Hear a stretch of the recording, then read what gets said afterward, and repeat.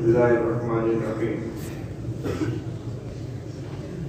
الحمد لله رب العالمين والصلاة والسلام على سيد الأنبياء والمرسلين سيدنا ونبينا ومولانا محمد النبي الأمي الأمين وعلى آله وأصحابه وأتباعه ومن تبعهم بإحسان إلى يوم الدين أشهد أن لا إله إلا الله وحده لا شريك له وأشهد أن سيدنا ومولانا محمدا عبده ورسوله صلى الله تبارك وتعالى عليه وعلى آله وأصحابه وبارك وسلم تسليما كثيرا كثيرا۔ میرے عزیزوں اور بھائیوں، دل سجدہ شکر میں جھکا ہوا ہے کہ اللہ جل شانہ نے محض اپنے فضل و کرم سے ہم کمزوروں کے ذریعے سے اپنے حبیب پاک صلی اللہ علیہ وسلم کی احادیث طیبہ کے اصح ترین مجموعہ صحیح بخاری شریف کی تدریس اور تدرس کا عمل اور کام لے لیا۔ جو مقام ہے احادیث نبویہ کا اور اسلاف کے یہاں جو اس کا اہتمام تھا، حقیقت یہ ہے کہ ہم اس کے سویں کیا ہزارویں حصے کا بھی احساس نہیں رکھتے۔ حضرت امام مالک رحمۃ اللہ علیہ کے استاد ربیعۃ الرائے یا خود امام مالک رحمۃ اللہ علیہ کا واقعہ ہے کہ وہ حدیث پاک کا درس دے رہے تھے اور درس کے دوران بار بار وہ چونک سے جاتے تھے جیسے کوئی تکلیف ہو، لیکن درس منقطع نہیں کیا۔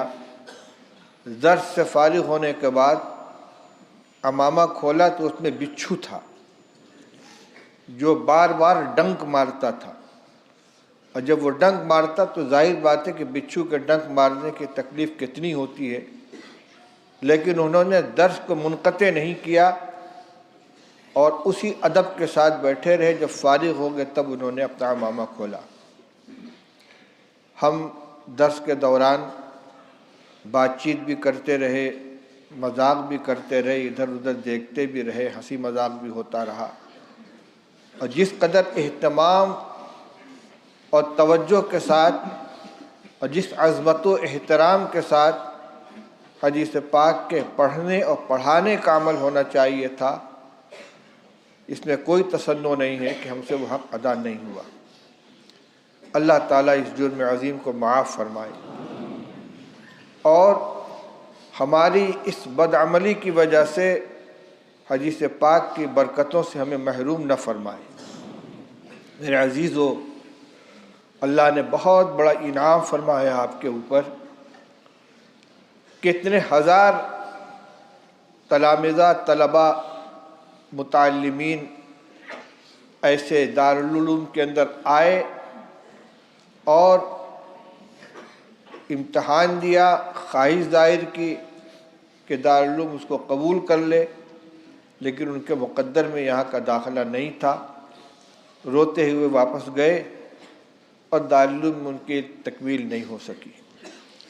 اللہ نے آپ کو اپنے فضل سے نوازا اور دارالعلوم کے آپ کو قبول کیا، اور یہاں حسب توفیق کسی کو ابتدا سے، کسی کو درمیان سے، کسی کو آخری سال میں داخل ہو کر تکمیل کی نعمت سے اللہ تعالیٰ نے سرفراز فرمایا۔ اس نعمت کی قدر یہاں سے جانے کے بعد ہوگی، ابھی نہیں۔ جب اس کے در و دیوار سے آپ جدا ہوں گے، اپنے اساتذہ سے علیحدہ ہوں گے اور امتحان گاہ عمل کے اندر پہنچیں گے، اس وقت آپ کو احساس ہوگا کہ یہاں کا جو وقت گزرا ہے وہ کتنا قیمتی تھا اور ہم نے اس کی کتنی قدر کی یا کتنی ناقدری کی۔ بہرحال تعلیم کا ایک رسمی مرحلہ دور حدیث کے اوپر پورا ہو جاتا ہے۔ آگے کچھ وہ ہوں گے کہ جو تکمیلات میں اپنے نمبرات کے اعتبار سے درجہ بدرجہ داخل ہوں گے، اور کچھ وہ ہوں گے بلکہ اکثریت ان کی ہوگی جو جا کر کام میں لگیں گے۔ یہ جو تکمیل کہلاتی ہے حقیقت میں یہ آغاز ہے۔ پڑھائی تو اب شروع ہوگی آپ کی، اپنے پیر پہ چلنا اور جو محنت آپ کے اوپر اساتذہ نے کی ہے یا ان کی سرپرستی میں آپ نے خود کی ہے، اس کے ثمرات اب ظاہر ہوں گے۔ یہاں تو انگلی پکڑ کر چلنا سکھایا گیا ہے، اب بغیر انگلی پکڑے ہوئے خود سے آپ کو چلنا ہے۔ تو کوئی بھی چیز سیکھی جاتی ہے، کوئی سائیکل چلانا سیکھتا ہے تو کچھ دور تک اس کے ساتھ پیچھے سے تھام کے چلتے ہیں، پھر وہ چلتا ہے، کہیں ٹھوکر کھاتا ہے، گرتا ہے، اٹھتا ہے، چلتا ہے، اس کے بعد وہ چلانے لگتا ہے۔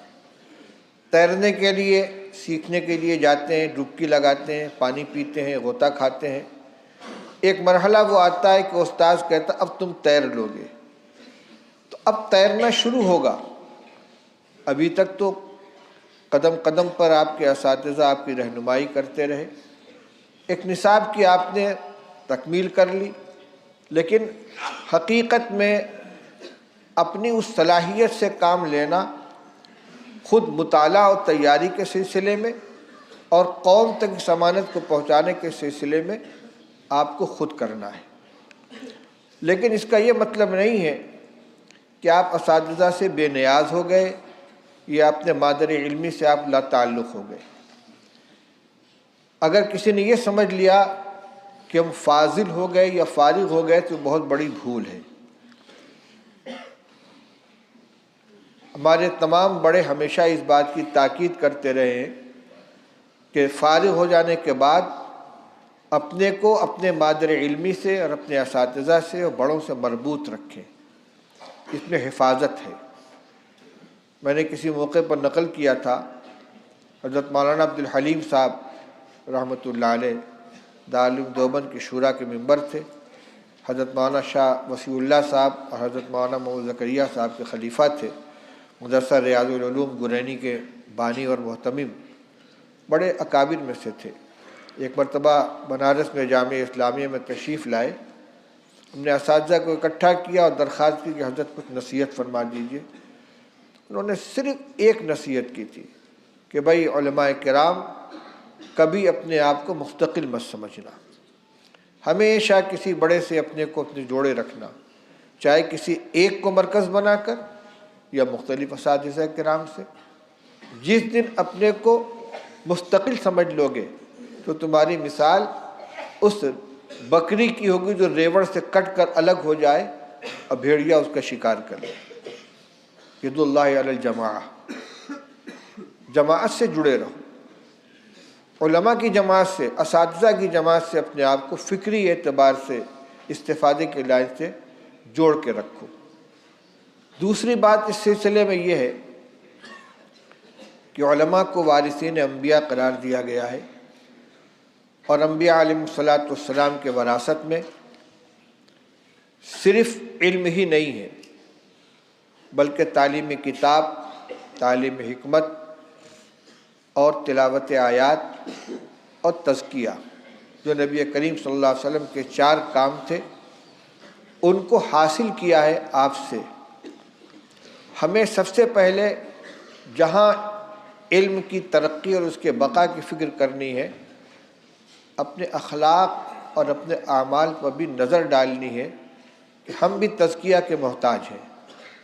ہمارا تزکیہ نہیں ہوا ہے ابھی، ہمیں تو معلومات حاصل ہوئی ہیں، ہم نے تکبر کی برائی جانی ہے اور تواضع کی خوبی کو جانا ہے، قناعت اور توکل کی خوبی کو جانا ہے، اور حرص اور طمع کی برائی کو پڑھا ہے۔ لیکن ہمارے اندر تواضع ہے کہ نہیں ہے؟ ہمارے اندر توکل و قناعت ہے کہ نہیں ہے، ابھی اس کا جائزہ لینے کی اور اس دولت کو اپنے اندر پیدا کرنے کی ضرورت ہے۔ اسی لیے ہمارے تمام اکابر علم کے سمندر اور علم کا پہاڑ ہونے کے باوجود انہوں نے ہمیشہ اپنے آپ کو کسی صاحب نسبت سے جوڑ کر رکھا۔ حجت اسلام حضرت مولانا محمد قاسم نانوتوی رحمۃ اللہ علیہ، حضرت مولانا رشید احمد گنگوئی رحمۃ اللہ علیہ، حضرت علامہ انور شاہ کشمیری رحمۃ اللہ علیہ، پانی دینا، شیخ الہند رحمۃ اللہ علیہ، مفتی عزیز الرحمان صاحب رحمۃ اللہ علیہ، حضرت مولانا اشرف علی صاحب تھانوی رحمۃ اللہ علیہ، ان جیسے اکابر سب کے سب حضرت حاجی امداد اللہ صاحب مہاجر مکی رحمۃ اللہ علیہ سے، یا اور نیچے والے شیخ الہند رحمۃ اللہ علیہ سے، ان کے بعد والے حضرت گنگوئی رحمۃ اللہ علیہ سے، حضرت مولانا خلیل احمد صاحب سے، حضرت مولانا حسین احمد صاحب مدنی رحمۃ اللہ علیہ سے اپنے آپ کو وابستہ رکھتے رہے۔ حضرت میرے استاد و شیخ حضرت مولانا مفتی محمود حسن صاحب نور اللہ مرقدہ، ان کو میں نے دیکھا کہ جب تک شیخ الحدیث مولانا محمد زکریا صاحب رحمۃ اللہ علیہ حیات رہے، کوئی کام ان کے مشورے کے بغیر نہیں کرتے تھے۔ جامع العلوم کانپور میں وہ مدرسے کے سب کچھ تھے، ناظم، محتمم، صدر، مدرس، مفتی، شیخ الحدیث، سب کچھ تھے۔ دارالعلوم کے مجلس شورا نے ان کو یہاں بلانے کا فیصلہ کیا، ان کے پاس طلب گئی۔ ہمارے جیسا کوئی حریص ہوتا تو معمولی سی آواز کے اوپر بھی لبیک کہہ کے حاضر ہو جاتا، اور انہوں نے فرمایا کہ حضرت شیخ سے مشورہ کروں گا، حضرت نے مجھ کو یہاں بھیجا، جب ان کا حکم ہوگا تو میں آؤں گا۔ دارالعلوم سے حضرت مولانا منظور احمد صاحب نعمانی، حضرت مولانا اسد صاحب رحمۃ اللہ علیہما سہارنپور گئے۔ شیخ الحدیث رحمۃ اللہ علیہ نے فرمایا کہ دارالعلوم کو مفتی صاحب کی ضرورت ہے، آپ ان کو حکم فرمائیں، وہ بغیر آپ کے حکم کے نہیں آئیں گے۔ حضرت نے حکم فرمایا، تب مفتی صاحب یہاں تشریف لائے۔ حضرت مفتی صاحب کے والد مولانا حامد حسن صاحب حضرت شیخ الہند رحمۃ اللہ علیہ کے شاگرد تھے۔ حضرت نے فارغ ہونے کے بعد فرمایا، مولوی حامد تم نہٹور چلے جاؤ، وہاں پڑھاؤ۔ پوری زندگی وہاں انہوں نے گزار دی، بہت باصلاحیت تھے، بڑی بڑی جگہیں ان کے پاس آئیں، اونچی اونچی تنخواہوں پر۔ کہتے تھے میرے حضرت نے مجھے یہاں بھیجا، یہیں سے میرا جنازہ نکلے گا۔ اخیر میں بیمار ہو گئے، سخت بیمار ہوئے۔ حضرت مفتی محمود صاحب رحمۃ اللہ علیہ نے درخواست کی کہ حضرت گھر چلے علاج کریں، فرمانا میرا جنازہ یہاں سے نکلے گا۔ چنانچہ وہیں انتقال ہوا اور وہیں سے دفن کیے گئے۔ اپنے اساتذہ کے ساتھ یہ تعلق کی، اور جب بڑوں کا سایہ سر کے اوپر ہوتا تو بڑی ڈھارس رہتی ہے۔ میدان عمل میں آپ جائیں گے انشاءاللہ، اللہ تعالیٰ آپ سے خدمت لیں گے، علم کی بھی خدمت لیں گے۔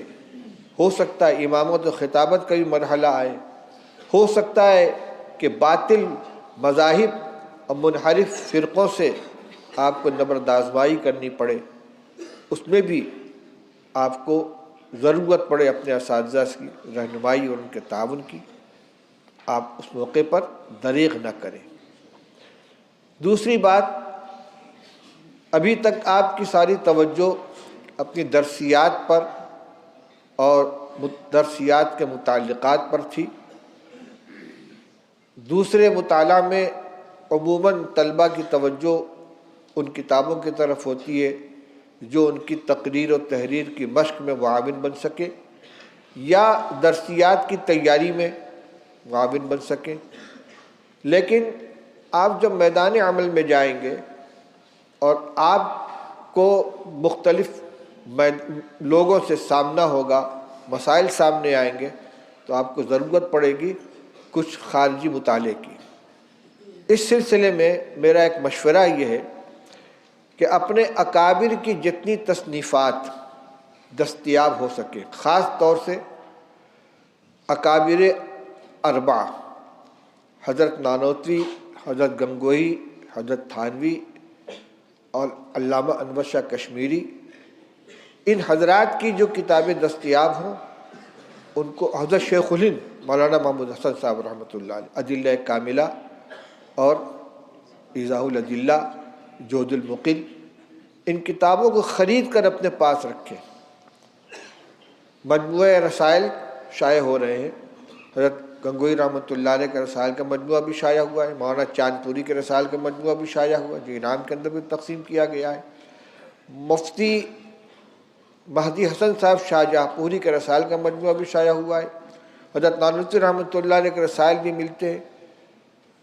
ان کے علوم سے آپ استفادہ کریں، ان کتابوں کو اپنے پاس رکھیں، ان کا مطالعہ کریں، خاص طور سے وہ مسائل کہ جو ہمارے مسلک و مشرب سے دوسروں کے ساتھ مختلف ہیں، چاہے ان کا تعلق سنت و بدعت سے ہو، چاہے اولیاء و غیر اولیاء کا اختلاف غیر مقلدین کے ساتھ ہو، یا کچھ عقائد کا نظریات کا اختلاف جماعت اسلامی کے ساتھ ہو، یا مستشرقین کے ساتھ ان کا تعلق ہو، یا اس زمانے میں برادران وطن کی طرف سے جو اشکالات کیے جاتے ہیں، ان کی اس سے متعلق کتابوں کو آپ حاصل کریں۔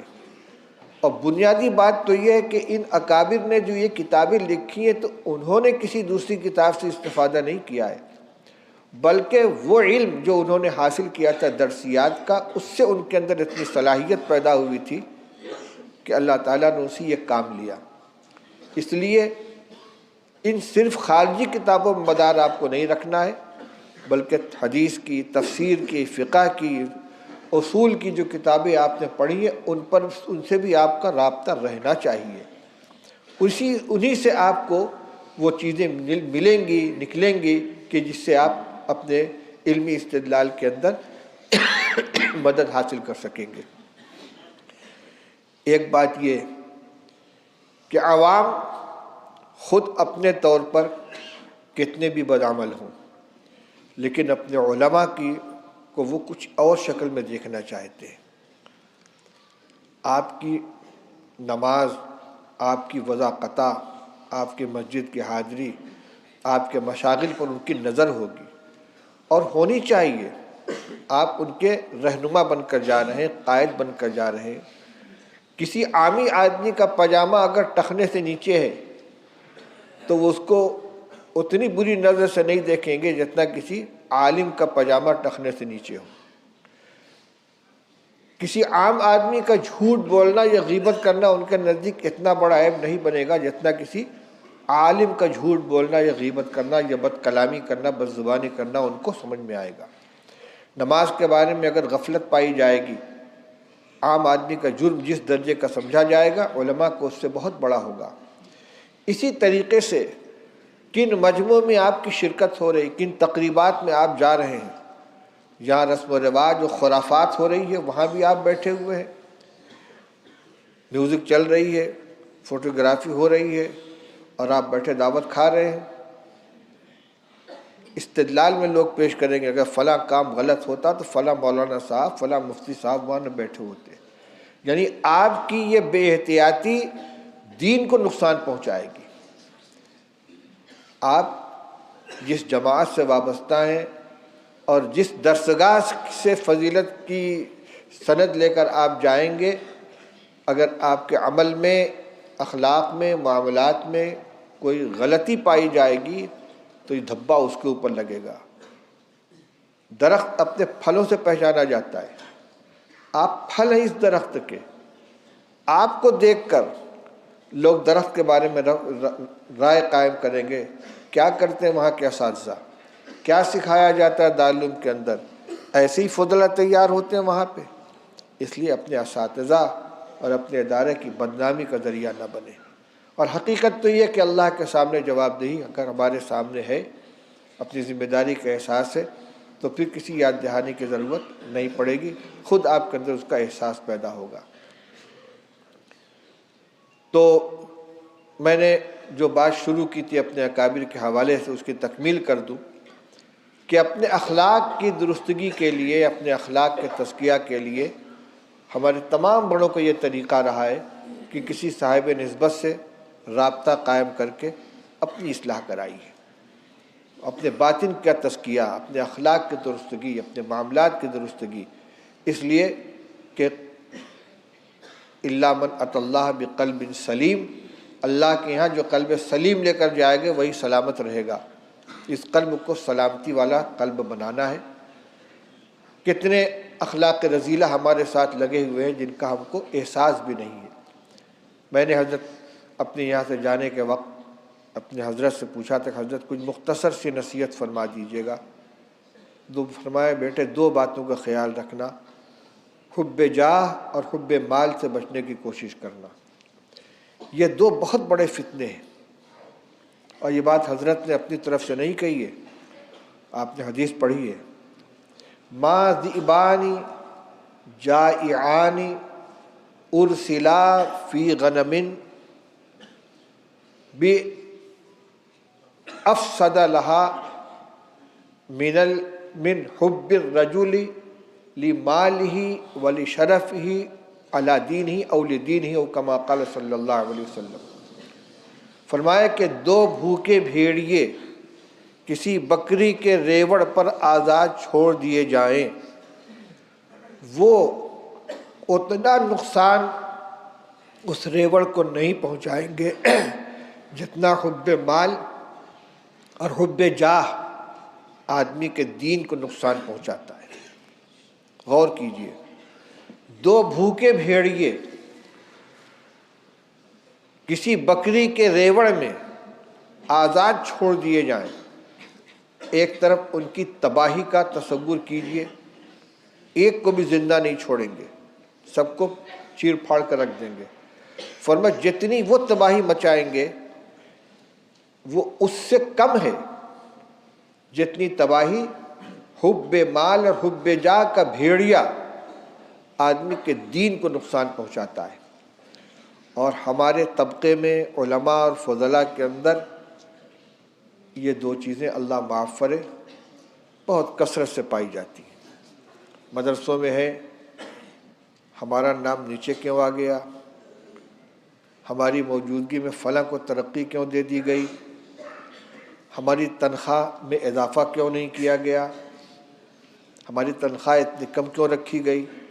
یہی تو حب مال ہے، یہی تو حب جاہ ہے۔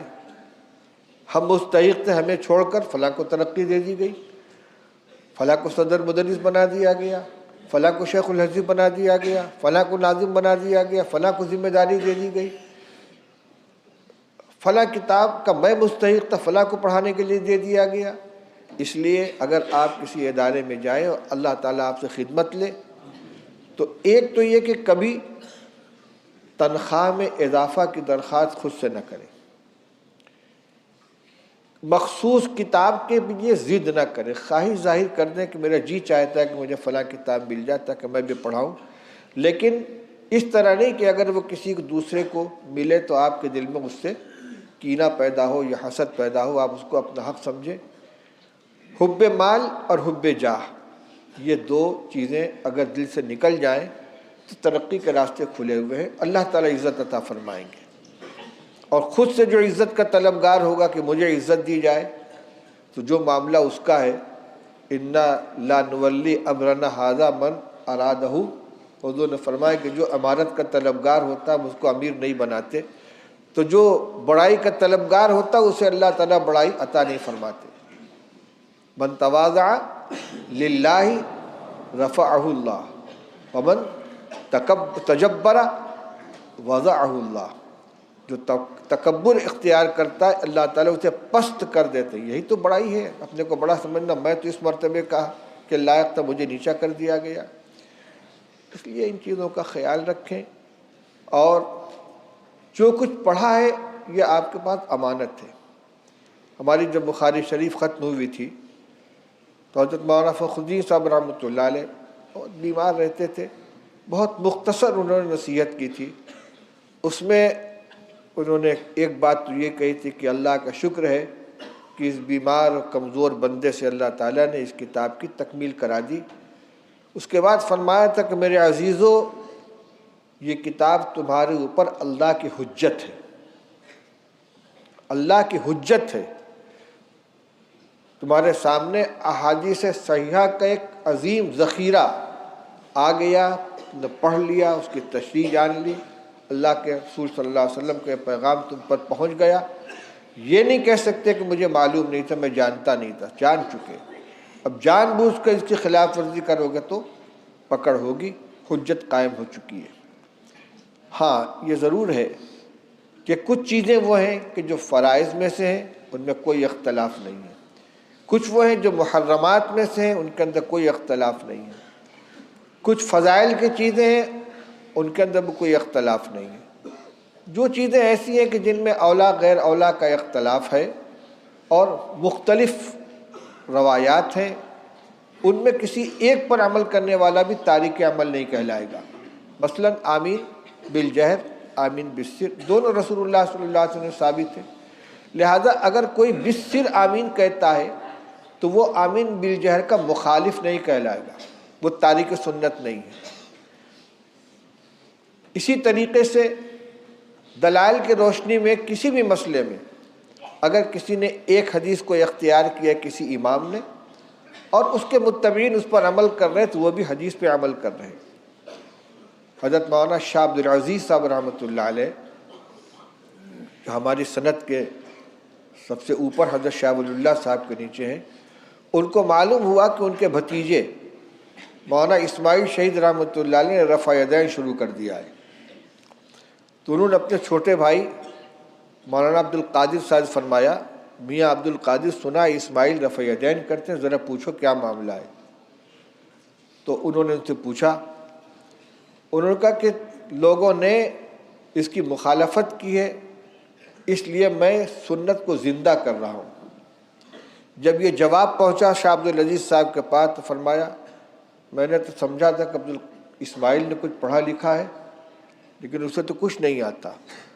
مخالفت وہاں کہلاتی ہے جہاں ایک سنت کو چھوڑ کر بدعت کو اختیار کیا جائے، سنت کو چھوڑ کر خلاف سنت کو اختیار کیا جائے، لیکن جہاں دو سنتیں ہوں، ایک سنت کو چھوڑ کر دوسری سنت کو اختیار کرنا، یہ ترک سنت نہیں کہلاتا۔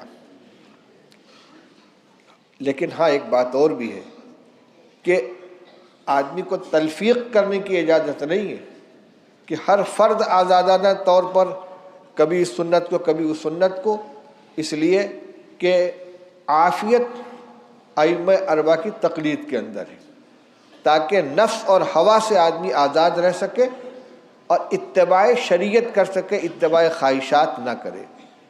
اس لیے میرے اس جملے کا یہ شاہ عبد العزیز صاحب رحمۃ اللہ علیہ کے اس قول کا یہ مطلب نہ نکالنا چاہیے کہ ہم بھی آزاد ہیں اور ہر مسئلے کے اندر کبھی اس پر عمل کر لیا کبھی اس پر عمل کر لیا، بلکہ یہ بتلانا ہے کہ آپ اگر آمین بالسر کر رہے ہیں تو یہ ترک حدیث نہیں ہے۔ تو روایات جو ہمارے سامنے آئی ہیں ان میں جو اخلاق کے سلسلے کی چیزیں ہیں ہمارے اندر وہ آنی چاہیے۔ بھائی یہ فوٹو کون لے رہا ہے؟ بار بار کیمرہ چمک رہا ہے، کون حرکت کر رہا ہے یہاں پہ؟ تو آپ ان تعلیمات نبویہ کے اپنے آپ کو پیکر بنانے کی کوشش کریں تاکہ آپ خود امت کے لیے نمونہ بنیں اور آپ کے عمل کو دیکھ کر لوگ عمل کریں۔ دین قول سے نہیں عمل سے منتقل ہوا ہے، یاد رکھیے۔ اللہ کے رسول صلی اللہ علیہ وسلم نے نماز کے بارے میں کیا فرمایا تھا؟ صلو کما رأیتمونی اصلی۔ کوئی قولی روایت آپ کو ایسی نہیں ملے گی جس میں اللہ اکبر سے لے کر السلام علیکم ورحمۃ اللہ تک پوری نماز کا طریقہ بیان کیا گیا ہو۔ کوئی ایسی روایت نہیں ملے گی جس میں حج کا لبیک سے لے کر اختتام تک طریقہ بیان کیا گیا ہو، بلکہ رسول اللہ صلی اللہ علیہ وسلم خذوا عنی مناسککم، ہو سکتا ہے کہ آئندہ تم مجھے نہ دیکھو، مجھ سے حج کے ارکان کو سیکھ لو۔ حضور کے عمل کو دیکھتے تو لوگ عمل کرتے تھے، اور روایت آپ نے پڑھی ہے عبداللہ ابن مسعود رضی اللہ تعالیٰ عنہ کے بارے میں۔ کسی شخص نے غالباً حضرت حذیفہ رضی اللہ تعالیٰ عنہ سے پوچھا تھا کہ رسول اللہ صلی اللہ علیہ وسلم کے بارے میں کچھ بتائیے، تو انہوں نے فرمایا تھا کہ عبداللہ ابن مسعود کو جانتے ہو؟ ہاں، جب وہ گھر سے نکلے تو ان کے ساتھ ہو جاؤ اور دن بھر ان کے ساتھ رہو، ان کے ہر عمل کو غور سے دیکھو۔ کیوں؟ فَإِنَّهُ أَشْبَهُ بِرَسُولِ اللَّهِ صلی اللہ علیہ وسلم دَلًّا وَسَمْتًا وَهَدْيًا، ہر چیز میں وہ رسول اللہ صلی اللہ علیہ وسلم کے بالکل مشابہ ہیں۔ عبداللہ ابن عمر رضی اللہ عنہ کی روایتیں آپ نے کتنی پڑھی ہیں؟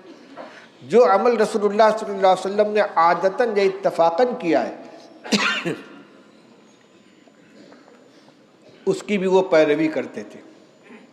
دین اسی طریقے سے آیا ہے کہ اپنے بڑوں کو دیکھ کر چھوٹوں نے عمل سیکھا ہے۔ نماز 7 سال کی عمر میں بچے کو جو حکم دیا گیا ہے پڑھوانے کا، تو 7 سال کی عمر میں مکمل نماز نہیں پڑھتا وہ۔ اچھا، کتنے آدمی وہ ہیں آپ میں کہ جنہوں نے نماز تقریر کے ذریعے سیکھی ہو؟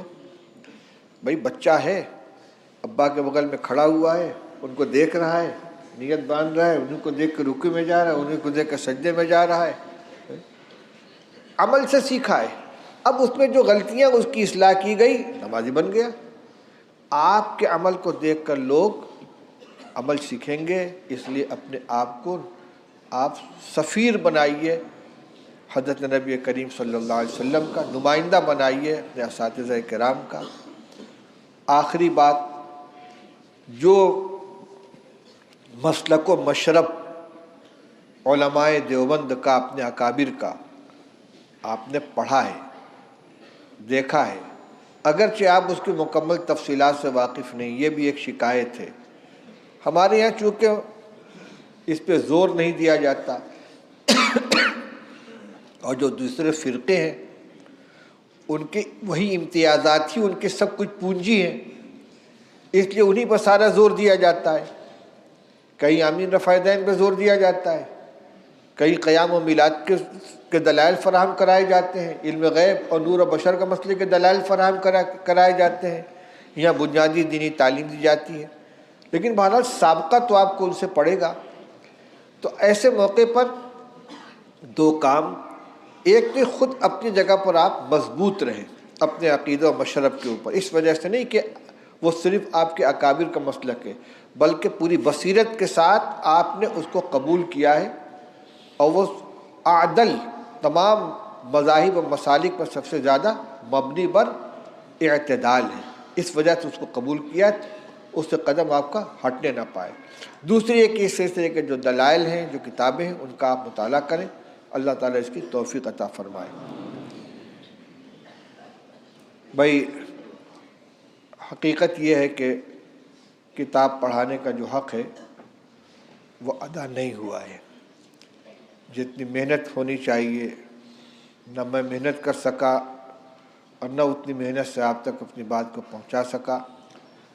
یہ آپ کا حق تھا میرے اوپر، لیکن اس حق کی ادائیگی میں کوتاہی ہوئی ہے۔ میں اگر مگر نہیں کر رہا ہوں، بلکہ اعتراف کر رہا ہوں۔ آپ یہاں سے جا کر معلوم نہیں کون کہاں جائے گا، کس کام میں لگے گا، اس لیے درس و تدریس کے سلسلے میں یا معاملات کے سلسلے میں چونکہ مجھ سے متعلق انتظام بھی ہے، اس لیے ممکن ہے کہ فیصلوں میں اور انتظام کے سلسلے میں کچھ حق تلفی ہوئی ہو، آپ کے ساتھ زیادتی ہوئی ہے۔ عمر کے آخری مرحلے میں چل رہا ہوں، معلوم نہیں اگلے سال بھی یہاں بیٹھنا نصیب ہوگا کہ نہیں ہوگا۔ اللہ تعالیٰ اس خدمت کو قبول فرما لے، لیکن آپ لوگوں کی حق تلفی جو ہوئی ہے، جس میں کوتاہی ہوئی ہے، اس کو اللہ کے واسطے یہیں سے معاف کر کے اٹھیں، دل میں کسی طرح کی ناراضگی یا کدورت لے کر نہ جائیں، اور دعا بھی فرمائیں کہ اللہ تعالیٰ اخلاص کے ساتھ زندگی کے آخری لمحے تک اس خدمت سے وابستہ رکھے، اور آپ حضرات کو بھی اللہ تعالیٰ اپنے دین کی خدمت کے لیے قبول فرمائے۔ دعا میں اپنے تمام اکابر کو شامل کریں۔ امام بخاری رحمۃ اللہ علیہ، تمام محدثین، تمام فقہا جن کی تصنیفات سے ہم نے استفادہ کیا ہے، نورانی قاعدہ سے لے کر بخاری شریف تک، قاعدہ بغدادی سے لے کر تکمیل افتاء اور تکمیل تخصص فی الحدیث تک، جتنے مصنفین کی کتابوں سے استفادہ کیا ہے یا کریں گے، ان کا احسان ہے ہمارے اوپر، اس لیے ان کے لیے دعائیں کریں۔ اللہ تعالیٰ ان کی خدمات کو ان کو بھرپور صلہ عطا فرمائے، ان کی بات نقل کرنے میں، ان کی مراد متعین کرنے میں، مثلا ترجمۃ الباب کا مطلب متعین کرنے میں اگر کہیں چوک ہوئی ہے اور ان کی منشا کے خلاف ہماری زبان سے کوئی بات نکل گئی ہے، اللہ تعالیٰ اسے معاف فرمائے اور ان کو اس کا اجر عطا فرمائے۔ اسی طرح جتنے اساتذہ سے بھی ہم نے علم حاصل کیا ہے، ابتدا سے لے کر اب تک، چاہے وہ موجود ہوں چاہے مرحوم ہو چکے ہوں، ان کے لیے دعا کریں کہ اللہ تعالیٰ ان کی خدمات کو ان کو صلہ عطا فرمائے، جو دنیا سے جا چکے ان کی مغفرت فرمائے، جو زندہ رہ گئے ان کو عمروں میں برکت عطا فرمائے۔ دارالعلوم دیوبند جو ہم سب کی مادر علمی ہے، جو ہمارے اکابر کی امانت ہے، اس کے لیے دعا فرمائے کہ اللہ تعالیٰ جملہ شرور و فتن اور آزمائشوں سے اس کی حفاظت فرمائے۔ ملک کے، وطن کے اور برادران وطن کے جو حالات ہیں وہ آپ کے سامنے ہیں۔ دن بدن دائرہ تنگ ہوتا جا رہا ہے، حالات مشکل ہوتے چلے جا رہے ہیں۔ اللہ تعالیٰ اس ادارے کو قیامت تک باقی رکھے، اس کے فیض کو جاری و ساری رکھے اور ہر طرح کے فتنوں سے حفاظت فرمائے۔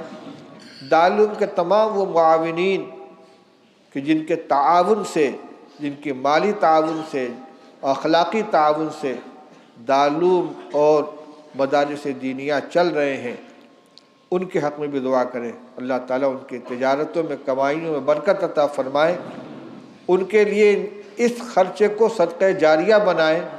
رسول اللہ صلی اللہ علیہ وسلم نے ارشاد فرمایا ہے، اذا مات الانسان انقطع عنہ عملہ الا عن ثلاث صدقۃ جاریہ او علم ينتفع به او ولد صالح يدعو له۔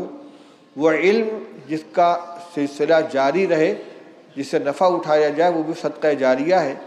تو اس کارخانے کو چلانے میں تمام لوگ شریک ہیں، اس کے بانیان، اس کے اساتذہ، اس کے کارکنان، اس کے طلباء، اس کے معاونین، سب کے سب اس قافلے میں شریک ہیں۔ سب کے تعاون سے یہ ادارہ اور ادارے چل رہے ہیں، ان سب کے لیے دعا کریں، کارکنان کے لیے دعا کریں، محبین اور معاونین کے لیے دعا کریں۔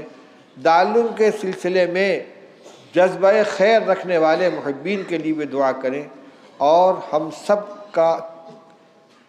کے اوپر سب سے پہلا اپنے نفس کا حق ہے، اپنے لیے دعا کریں کہ اللہ تعالیٰ ہمیں تقوی عطا فرمائے، رضا و خوشنودی عطا فرمائے، دین کی خدمت قبول فرمائے کے لیے قبول فرمائے، اپنے والدین کے لیے دعا فرمائے، اس لیے کہ اس درسگاہ سے وابستہ ہونے میں اور اس مرحلے تک پہنچنے میں سب سے پہلے ان کا احسان ہے۔ انہوں نے آپ کو فارغ کیا اور یہاں تک پہنچنے کے لیے راستہ ہموار کیا، اور جس کے والدین یا ان میں سے کوئی ایک دنیا سے جا چکے ہوں ان کے لیے مغفرت کی دعا کریں، اور جو زندہ ہیں ان کے لیے صحت و سلامتی کی بھی، مغفرت کی بھی، ترقی درجات کی، ان کے عمروں میں برکت کی دعا کریں۔ جن جن لوگوں نے یہاں اس مجمع میں شرکت کی ہے، اپنے دلوں میں آرزوئیں، تمنائیں لیے ہوئے ہیں۔ مشہور یہی ہے کہ بخاری شریف اور حدیث کی کتابوں کے ختم پر جو دعا کی جاتی ہے قبول ہوتی ہے۔ بہت سی پرچیاں بھی آئی ہوئی ہیں، اس میں لوگوں نے اپنی مرادیں، اپنی ضرورتیں لکھ رکھی ہیں۔ بہت سے لوگ وہ ہیں کہ جو آنا چاہتے تھے لیکن چونکہ یہاں اعلان نہیں ہوا ہے اس لیے نہیں آ سکے۔ ان کے دل میں جو خواہشات ہوں، جو تمنائیں ہوں، جو آرزویں ہوں، اللہ تعالیٰ ان کو بھی پوری فرما دے، قبول فرما لے، اور ہم سب کے متعلقین کو، ہمارے اہل خانہ، ہمارے والدین، اہل و عیال، متعلقین، سب کو اللہ تعالیٰ صحت و سلامتی عطا فرمائے۔ ملک کے اندر امن و امان کو عام فرمائیں، خوف و دہشت اور بے اطمینانی کی جو کیفیت اللہ تعالیٰ اس کو ختم فرمائے۔ دعا فرما لے بھائی، نکاح ہو جائے پہلے، اس کے بعد دعا ہو جائے گی۔ آ جاؤ بھائی، یہیں بیٹھا دو۔ اور ایک مرتبہ کھڑے ہو کے دکھلا دو سب کو، اوپر اوپر اوپر۔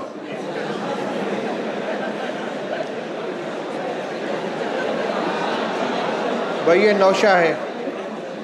اچھا بھائی ایک کام رہ گیا، اجازت دینے والا، بیٹھ جاؤ، یہیں بیٹھو، ادھر متوجہ ہو جاؤ، سن لو۔ ایک تو اجازت رسالۃ الاوائل کے ساتھ ہو چکی ہے تمام برویات کی۔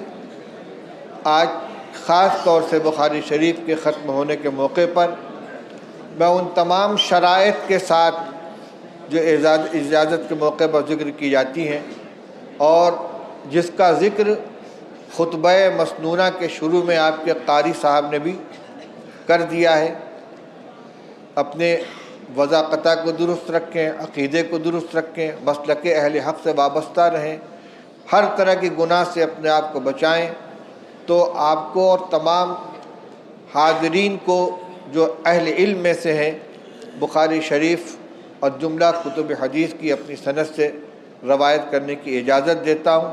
اللہ تعالیٰ اس کو قبول فرمائے۔ اس موقع مسلسلات تو آپ پڑھ چکے ہیں، اس میں ایک روایت انا احبک فقل کی جو ہے اس کو میں اس موقع پہ پڑھ دیا کرتا ہوں۔ رسول اللہ صلی اللہ علیہ وسلم نے حضرت معاذ رضی اللہ تعالیٰ عنہ کو بلا کر ان سے فرمایا، یا معاذ انا احبک فقل اللہم اعنی علی ذکرک و شکرک و حسن عبادتک۔ اے معاذ مجھے تم سے محبت ہے، لہذا ہر نماز کے بعد، فرض نماز کے بعد یہ دعا پڑھ لیا کرو، انا احبک نہیں رب اعنی، یہ اللہم اعنی علی ذکرک و شکرک و حسن عبادتک، فانا اقول لکم انا احبکم فقولوا رب اعنی علی ذکرک و شکرک و حسن عبادتک۔ یہ اپنی سند متصل کے ساتھ جو حضرت مولانا زکریہ صاحب رحمۃ اللہ علیہ سے مجھ کو حاصل ہے، آپ حضرات تک اس امانت کو پہنچا رہا ہوں۔ اگر معمول ہے تو بہت اچھا، ورنہ معمول بنا لیں کہ نماز فرض کے بعد جو دعا ہو اس میں اللہم اعنی علی ذکرک و شکرک و حسن عبادتک کو شامل کر لیں۔ مولانا نوشاد احمد ابن حفیظ الرحمان صاحب، الحمدللہ نحمدہ ونستعینہ ونستغفرہ ونؤمن بہ ونتوکل علیہ ونعوذ باللہ من شرور انفسنا ومن سیئات اعمالنا، من یہدہ اللہ فلا مضل لہ ومن یضلل فلا ہادی لہ، ونشہد ان لا الہ الا اللہ وحدہ لا شریک لہ، ونشہد ان سیدنا ومولانا محمدا عبدہ ورسولہ صلی اللہ تبارک و تعالی علیہ وعلی آلہ وصحبہ وبارک وسلم تسلیما کثیرا کثیرا۔ اما بعد فاعوذ باللہ من الشیطان الرجیم، بسم اللہ الرحمن الرحیم۔ یا ایہا الناس اتقوا ربکم الذی خلقکم من نفس واحدۃ وخلق منها زوجها وبث منهما رجالا كثيرا ونساء واتقوا الله الذي تساءلون به والأرحام إن الله كان عليكم رقيبا۔ يا أيها الذين آمنوا اتقوا الله حق تقاته ولا تموتن إلا وأنتم مسلمون۔ يا أيها الذين آمنوا اتقوا الله وقولوا قولا سديدا يصلح لكم أعمالكم ويغفر لكم ذنوبكم، ومن يطع الله ورسوله فقد فاز فوزا عظيما۔ نسأل الله العظيم أن يجعلنا ممن يطيعه ويطيع رسوله ويتبع رضوانه ويجتنب سخطه فإنما نحن به وله۔ ہاں بھائی، مولانا نوشاد احمد صاحب، میں نے آپ کا نکاح جناب، اور بھائی اس کے وکیل کون ہے؟ کوئی ہے کہ نہیں؟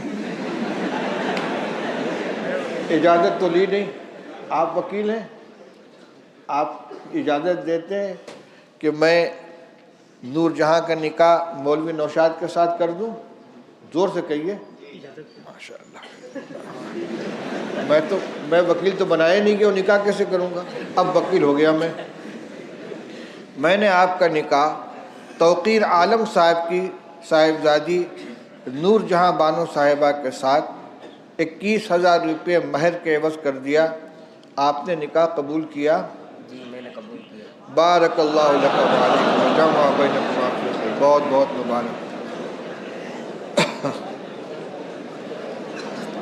اچھا بھائی، اب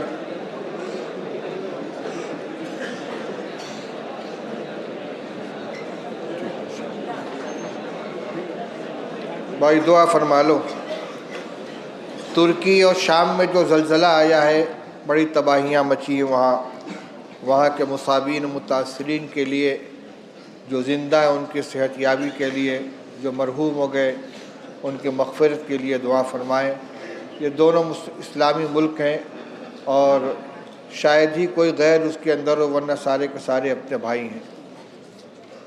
اللہم صلی علی سیدنا و شفیعنا و حبیبنا و نبینا و مولانا محمد و آلہ و صحبہ و بارک وسلم۔ بانی ہے یہ؟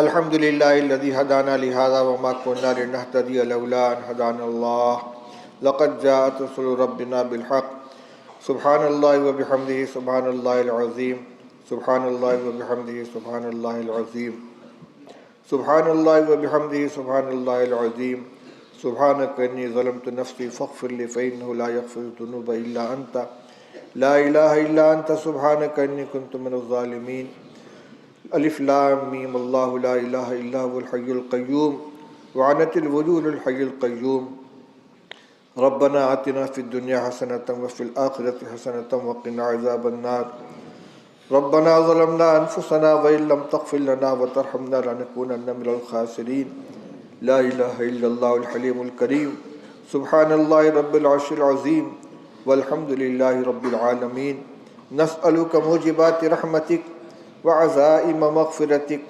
والسلامة من كل إثم والعصمة من كل ذنب اللهم لا تدع لنا ذنبا إلا غفرته ولا هما إلا فرجته ولا ضرا إلا كشفته ولا مبتلا إلا عافيته ولا أسيرا إلا فككته ولا مريضا إلا شفيته ولا حاجة من حوائج الدنيا والآخرة هي لك رضا ولنا فيها نجاح إلا قضيتها ويسرتها يا أرحم الراحمين رب اغفر وارحم وأنت خير الراحمين اللهم يا حي يا قيوم برحمتك نستغيث أصلح لنا شأننا كله ولا تكلنا إلى أنفسنا طرفة عين ولا تنزع منا صالح ما أعطيتنا يا حي يا قيوم برحمتك نستغيث أصلح لنا شأننا كله ولا تكلنا إلى أنفسنا طرفة عين ولا تنزع منا صالح ما أعطيتنا اللهم إنا نعوذ بك من الهم والحزن ونعوذ بك من العجز والكسل ونعوذ بك من الجبن والبخل ونعوذ بك من غلبة الدين وقهر الرجال اللهم إنا نعوذ بك من فتنة المال والأهل والولد اللهم إنا نعوذ بك من فتنة المسيح الدجال ربنا لا تجعلنا فتنة للقوم الظالمين ونجنا برحمتك من القوم الكافرين رب اغفر وارحم واعف وتكرم وتجاوز ما تعلم إنك أنت الأعز الأكرم رب اغفر وارحم وأنت خير الراحمين اللهم آت نفوسنا تقواها وزكها أنت خير من زكاها أنت وليها ومولاها اللهم اجعل سريرتنا خيرا من علانيتنا واجعل علانيتنا صالحة اللهم أصلح لنا ديننا الذي هو عصمة أمرنا وأصلح لنا دنيانا التي فيها معاشنا وأصلح لنا آخرتنا التي فيها معادنا اللهم طهر قلوبنا من النفاق اللهم طهر قلوبنا من النفاق اللهم طهر قلوبنا من النفاق وأعمالنا من الرياء وأعمالنا من الرياء وأعمالنا من الرياء وألسنتنا من الكذب وألسنتنا من الكذب وألسنتنا من الكذب وأعيننا من الخيانة اللهم طهر أعيننا من الخيانة اللهم طهر أعيننا من الخيانة فإنك تعلم خائنة الأعين وما تخفي الصدور إنك تعلم خائنة الأعين وما تخفي الصدور رب اغفر وارحم وأنت خير الراحمين ربنا اغفر لنا ولإخواننا الذين سبقونا بالإيمان ولا تجعل في قلوبنا غلا للذين آمنوا ربنا إنك رؤوف رحيم ربنا لا تجعلنا فتنة للقوم الظالمين ونجنا برحمتك من القوم الكافرين اے اللہ ہم سب کے گناہوں کو معاف فرما دے اے اللہ ہماری کامل مغفرت فرما دے اے اللہ ہم سر سے پیر تک گناہوں میں ڈوبے ہوئے ہیں اے اللہ ہم ہر اس گناہ کے اندر ملوث ہے اے اللہ ہمارے آنکھیں خطا کار ہیں زبانوں سے جھوٹ بولتے ہیں کانوں سے غیبت سنتے ہیں دلوں میں تکبر بیٹھا ہوا ہے اے اللہ ہم تیرے ذکر سے تیری یاد سے غافل زندگی گزار رہے ہیں اے اللہ ہمارے جرم کو معاف فرما دے ہمارے ساتھ رحم کا کرم کا معاملہ فرما دے اے اللہ ہماری مغفرت فرما دے ہمارے والدین کی مغفرت فرما دے ہمارے والدین کی مغفرت فرما دے ہمارے اہل و عیال کی مغفرت فرما دے ہمارے بھائی بہنوں کی مغفرت فرما دے ہمارے تمام متعلقین کی مغفرت فرما دے اے اللہ اس پورے مجمع کی مغفرت فرما دے تمام حاضرین کی مغفرت فرما دے سب کے والدین کی مغفرت فرما دے اے اللہ ایمان پہ خاتمہ نصیب فرما نفس و شیطان کے شرور سے حفاظت فرما زندگی کے آخری لمحے تک اپنی رضا عطا فرما اپنی رضا والے اعمال کے کرنے کی توفیق عطا فرما ہر طرح کے فتنے سے حفاظت فرما یا اللہ مال کے فتنے سے حفاظت فرما جہاں کے فتنے سے حفاظت فرما۔ اے اللہ ہمارے ایمان کی حفاظت فرما، ہمارے اعمال و اخلاق کی حفاظت فرما۔ اے اللہ ہم امتحان کے قابل نہیں ہیں، اے اللہ ہم کمزور بندے ہیں، اے اللہ ہمیں کسی طرح کی آزمائش میں مبتلا نہ فرما۔ اے اللہ عافیت عطا فرما، اے اللہ عفو عافیت عطا فرما، اے اللہ عفو عافیت عطا فرما۔ اے اللہ یہ تیرے فضل سے، تیرے کرم سے اے اللہ بخاری شریف کا اختتام ہوا ہے۔ اے اللہ اس کے پڑھنے پڑھانے میں یقیناً کوتاہیاں ہوگی، اے اللہ معاف فرما دے۔ تیرے حبیب صلی اللہ علیہ وسلم کی طرف اگر کوئی غلط بات منسوخ ہو گئی ہو، اے اللہ اس کے وبال سے حفاظت فرما۔ اے اللہ کسی عبارت کے پڑھنے میں غلطی ہو گئی ہو، کسی حدیث کی تشریح میں غلطی ہو گئی ہو، اے اللہ اس کو معاف فرما دے۔ اے اللہ بے دھیانی و غفلت کے ساتھ پڑھا، اس کو معاف فرما دے۔ اے اللہ علم کی حقیقت ہمارے اوپر واضح فرما دے، علم حقیقی کی دولت سے مالا مال فرما۔ اے اللہ امام بخاری رحمۃ اللہ علیہ اور تمام محدثین کرام کو اے اللہ ان کی خدمت کا بہترین بدلہ عطا فرما۔ اے اللہ ان کی خدمت کا بہترین بدلہ عطا فرما۔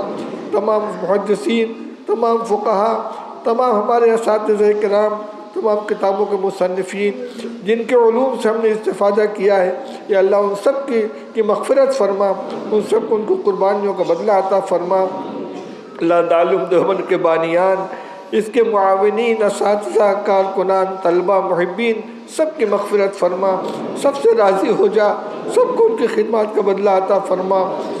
اے اللہ دارالعلوم دیوبند کی حفاظت فرما، اللہ دارالعلوم دیوبند کی حفاظت فرما، ہر طرح کے فتنے سے حفاظت فرما۔ اے اللہ اس کے کارکنان کو، خدام کو قبول فرما، صحیح خدمت کرنے کی توفیق عطا فرما۔ اے اللہ ملک کے ملک کے اندر امن و امان کو عام فرما۔ اے اللہ یہ طلبہ عزیز جنہوں نے اپنے علم کی رسمی تکمیل کی ہے، اللہ ان کو علم دین کی خدمت کے لیے قبول فرما لے۔ اے اللہ سب کی ہدایت کے فیصلے فرما دے۔ اے اللہ غوایت اور غوایت سے حفاظت فرما، سب کے ایمان کی حفاظت فرما، فتنوں سے حفاظت فرما، زندگی کے آخری لمحے تک ایمان کی حفاظت فرما، ایمان پہ سب کو خاتمہ نصیب فرما۔ اے اللہ نفس و شیطان کے شرور سے حفاظت فرما۔ اے اللہ سب کو برکت والی حلال روزی عطا فرما۔ اے اللہ ان کو اپنے دین کی خدمت کے لیے فارغ فرما دے، ان کی دنیا کی کفالت تو اپنے ذمہ لے لے۔ اے اللہ ان کی کفالت تو خزانہ غیب سے فرما۔ اے اللہ برکت والی حلال روزی عطا فرما، حرام سے پوری پوری حفاظت فرما۔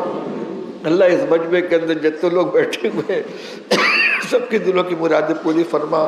جن لوگوں نے پرچیاں بھیجی ہیں یا ہم میں سے کسی سے دعا کے لیے کہا ہے، اے اللہ سب کو اے اللہ ان مرادوں کے اندر کامیابی عطا فرما۔ جو مقدمات میں گرفتار ہیں اللہ ان کو مقدمات سے خلاص نصیب فرما۔ ہمارے بھائی جو جیلوں میں پڑے ہیں ان کو رہائی نصیب فرما۔ جو بیمار ہیں ان کو شفا عطا فرما، جو لا علاج بیماریوں میں مبتلا ان کو بھی شفا عطا فرما۔ جو لا اولاد ہیں، بے اولاد ہے اللہ ان کو نیک صالح اولاد عطا فرما۔ ہماری جو بہنیں بھائی، جو بچے بچیاں بغیر رشتے کے بیٹھے ہوئے اللہ ان کو مناسب رشتہ عطا فرما۔ ان کے والدین کو ان کے سرپرستوں کو ان کے نکاح کی ذمہ داری سے مگدوش فرما۔ اے اللہ ہر ایک لابلد کو اولاد عطا فرما، بے نکاحی کو نکاح کا انتظام فرما دے۔ اے اللہ عفت و عصمت کی حفاظت فرما۔ اللہ ہمارے نگاہوں کی حفاظت فرما، ہماری زبان کی حفاظت فرما، ہمارے قلب و دماغ کی حفاظت فرما۔ اے اللہ ہمیں اخلاق حسنہ سے مزین فرما، اخلاق رذیلہ سے ہمیں پاک فرما۔ ربنا آتنا فی الدنیا حسنۃ وفی الآخرۃ حسنۃ وقنا عذاب النار۔ رب اغفر وارحم واعف وتکرم وتجاوز عما تعلم انک انت العز الاکرم۔ رب اغفر وارحم وانت خیر الراحمین۔ ربنا تقبل منا انک انت السمیع العلیم وتب علینا انک انت التواب الرحیم۔ وصلی اللہ تبارک و تعالی علی خیر خلقہ سیدنا و نبینا و مولانا محمد و آلہ و صحبہ اجمعین برحمتک یا ارحم الراحمین۔